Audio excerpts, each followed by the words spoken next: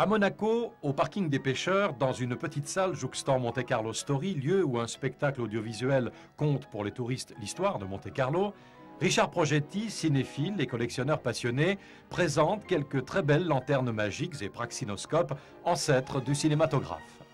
Autour de ces pièces rares, des affiches de cinéma.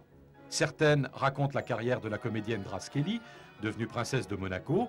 D'autres, la plupart, évoquent des films qui ont été tournés, tout ou en partie, à Monaco, ou ont été inspirés par des lieux, des événements, des personnages ayant marqué l'histoire de la principauté. Quand les gens sont venus voir les affiches, ils m'ont demandé « mais quand est-ce que vous passez le film ?» Alors j'ai dit « écoutez, passez le film, moi je veux bien. Le seul problème, c'est qu'il y a un problème de droit. » Richard Progetti a déjà réuni de nombreuses copies, parmi lesquelles un film étonnant, un chef-d'œuvre du cinéma muet, Folie de femme d'Eric von Stroheim. Réalisé en 1921, Folie de femme est l'histoire d'un faux comte russe, incarné par Eric von Stroheim, escroc, amant de la femme de l'ambassadeur des États-Unis et violeur. Le cadavre de ce faux comte russe finit dans un égout. Ce film délirant au climat trouble et pervers, dont l'action se déroule à Monaco et en particulier sur la place du Casino et dans les salles de jeu, fut censuré à plusieurs reprises. Pour tourner cette histoire extravagante, Eric von Stroheim et son équipe ont reconstitué Monte Carlo en pleine campagne hollywoodienne pour $1 million.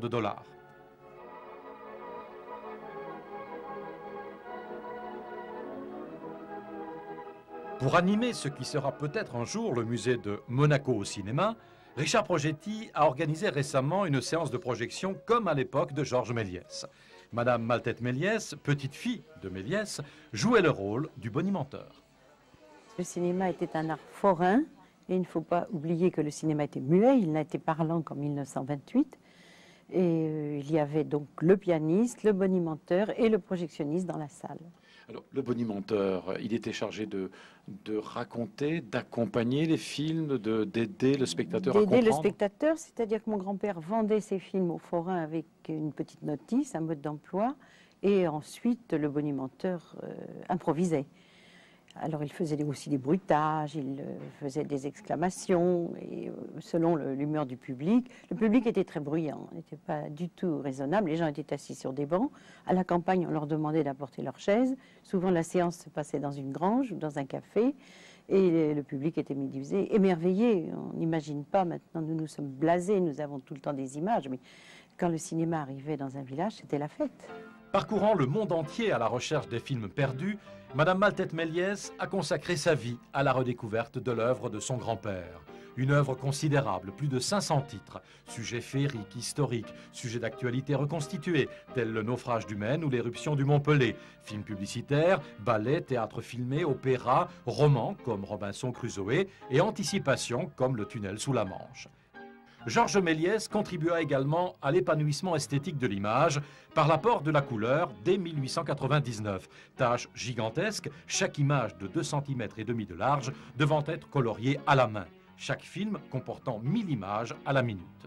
Aussi, 200 ouvrières coloristes assuraient cette fonction.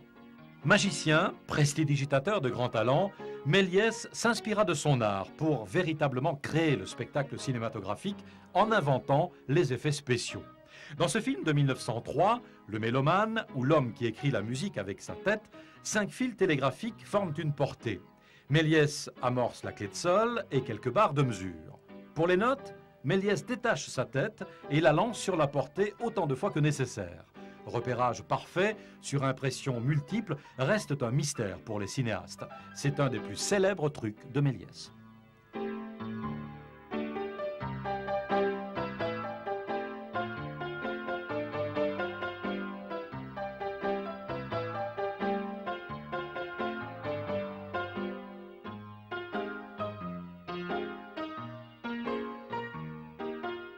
Il s'est arrêté en 1913, d'abord parce que son style ne plaisait plus. Il y avait une jeune vague, la nouvelle vague, qui arrivait, qui a commencé avec Max Linder, Onésime et Rigadin, et les nouveaux comiques, les nouveaux metteurs en scène, les films à épisodes, où on devait revenir tous les mercredis pour voir la suite, les feuilletons. Il n'a pas su faire ça, donc il a été démodé. Ensuite, il travaillait avec ses propres capitaux. Il était son propre producteur, donc il n'arrivait pas à suivre les industriels du cinéma, déjà, Pathé et Gaumont. Et puis sa femme est morte et sa femme dirigeait toute la partie comptable de l'entreprise. Donc il a fermé ses studios en 1913. Moi j'ai vécu avec lui les années noires, c'est-à-dire les années qui ont suivi sa ruine. Il était marchand de jouets et de bonbons dans le hall de la gare Montparnasse. Et la vie était difficile, c'était une petite boutique en bois pleine de courants d'air. Et moi j'ai vécu avec lui dans cette boutique de 1928 à 1932.